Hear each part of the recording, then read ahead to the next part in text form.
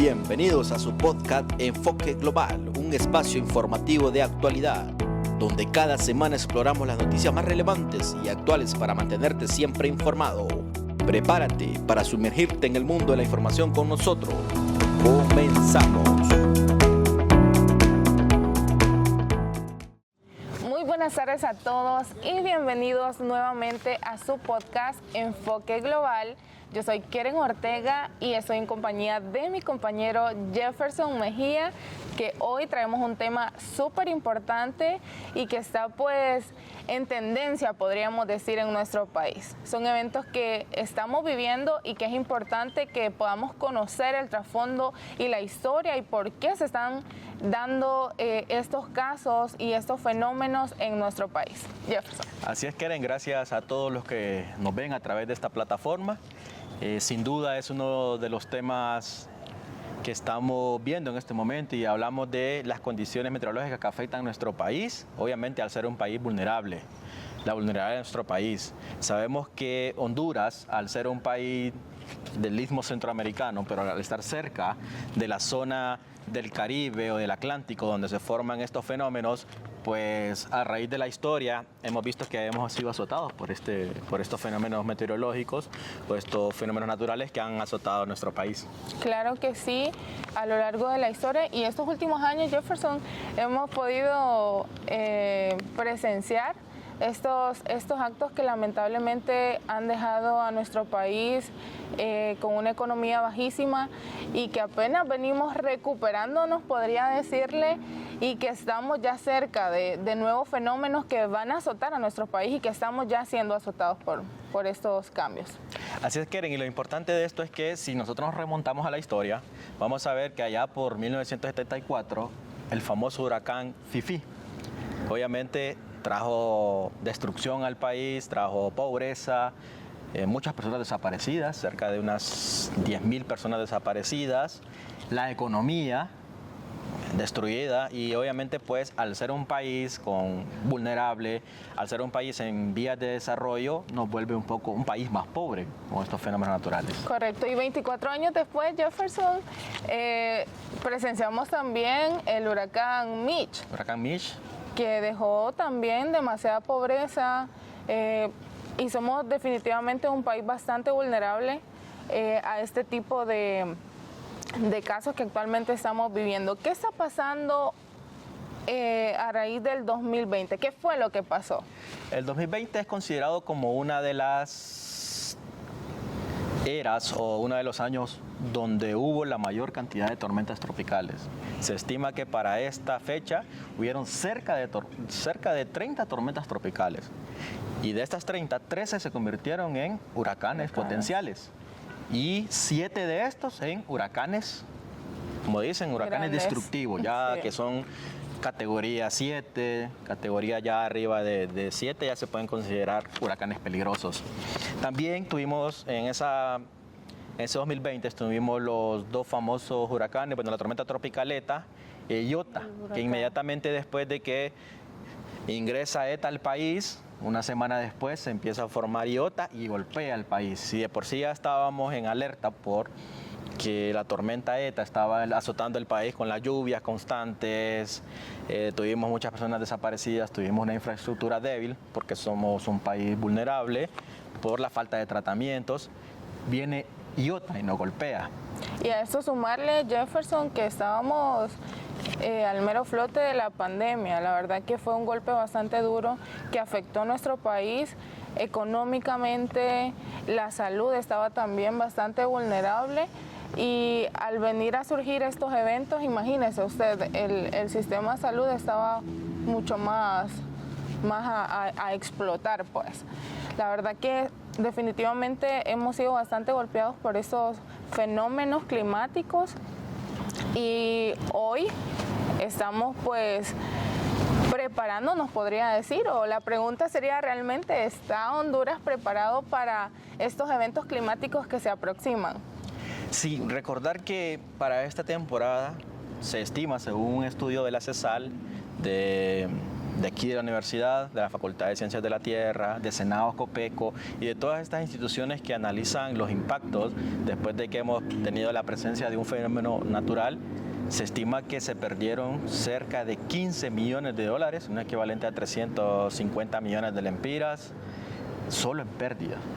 Pérdidas, cuando hablamos de pérdidas decimos infraestructura, decimos los cultivos, la alimentación, porque cuando pasan estos fenómenos se deslavan las tierras, todos los cultivos desaparecen, se contamina todo y obviamente pues esto hace que las pérdidas sean súper elevadas. Claro que sí, Jefferson. Últimamente hemos estado informándonos bastante las colonias dentro del Distrito Central que están siendo bastante golpeadas. No nos vamos muy largo, la colonia Villanueva. La verdad que podría decirle yo, Jefferson, que muchas veces la población puede ser informada de que en este lugar podría ser hay una falla. No construyen ahí, pero muchas veces la pobreza de nuestra población hace como que hagan caso omiso a esas situaciones y aún así invierten y posteriormente al aparecer estos fenómenos climáticos son afectados y son mucho más afectados porque son pobladores que son de escasos recursos y que por estas razones pues a ellos no les interesa, podría decirles, cuando los evacúan o les dicen de que no construyan su casa ahí porque hay problemas, muchas veces hacen caso omiso debido a la pobreza que hay. Y es lamentable bastante, hay 30 viviendas aproximadamente que están perdidas, que ya estas familias han sido evacuadas. Imagínense usted qué nos espera. Sí, no solamente la colonia Villanueva, sino que ahorita el gobierno emitió una alerta a 54 colonias de extrema vulnerabilidad en el país. Colonias que obviamente están establecidas en cerros, en montañas, y más la presencia de estos fenómenos lo que hace es saturar los suelos. Y cuando satura los suelos, pues es muy que pueda pasar de que se puedan, obviamente, los deslaves y después todo termina en catástrofe. Entonces, yo creo que algo que afecta mucho al país es, obviamente, la presencia de estos fenómenos, pero la mala administración, porque no somos conscientes también de depositar la basura en su lugar, llenamos los tragantes. Si no, usted vea qué pasa cuando llueve algo fuerte en los mercados, ¿qué pasa? Es un caos, la verdad que las inundaciones y creo que nosotros como ciudadanos debemos de ser responsables en eso porque la verdad que somos nosotros también los afectados. Hay personas más afectadas claramente, personas que están cerca del área, pero definitivamente tenemos que ser más responsables en estos casos y también hacer un llamado, ¿verdad?, a las autoridades a que se hagan las respectivas supervisiones a tiempo, porque si usted se fija, últimamente usted mira a mucho personal de la alcaldía trabajando en el momento cuando están sucediendo las cosas y creo que no deberíamos de ser así, deberíamos de tratar de ser un país más organizado. Yo creo que también aquí, Keren, algo muy importante es la anticipación. Si ya sabemos que los fenómenos naturales se forman ya en estos meses, de julio hasta octubre, noviembre, entonces debería haber una planificación previa de anticipación con la población. Deberían de haber campañas de cómo depositar la basura en su lugar, de cómo fortalecer las viviendas, de cómo evacuar en una circunstancia, de cómo saber los tipos de alertas. Sabemos que en el país existe la alerta verde, que significa como estar pendiente. Se ha decretado alerta verde por lluvias constantes. Ya cuando se dice que hay alerta amarilla, entonces ya es una cuestión de prepararse para evacuar, no llegar que nos llegue la alerta roja cuando ya tenemos el agua encima. Y es importante saber eso, Jefferson, porque muchas personas no saben qué significan estas alertas, correcto. Y muchas veces también la desinformación hacen que las personas se queden en las viviendas. Por ejemplo, también es importante darle a conocer a las personas que se evacúan de sus viviendas, los centros que están preparados para poder recibirlos en estos momentos que son bastante dificultosos, ¿verdad? Porque la realidad, mucha gente es como que no se mueve de sus viviendas y prefieren quedarse ahí porque piensan, no tengo a dónde ir. Normalmente el hondureño es de las personas que tienen el arraigo. Normalmente Entendemos de que hay mucha gente que al pasar de los años han ido logrando comprar sus cosas, afianzarse a sus casas, con mucho sacrificio a sus terrenos, a sus posesiones. Pero lo que pasa es que cuando llega la presencia de un fenómeno natural como este, no va a respetar ni clase, Claro. ni clase social, ni credo político, ni nada, sino que normalmente el fenómeno pasa y arrasa con todo lo que podamos encontrar. Y entendemos que es difícil, porque imagínese usted perder su vivienda, ¿verdad? Es difícil, pero la vida es mucho más importante, la vida de muchos niños que también son parte que forman sus familias, y es muy importante tomar medidas a tiempo para evitar tener pérdidas humanas. Lo material pues se recupera, difícil, pero se puede recuperar.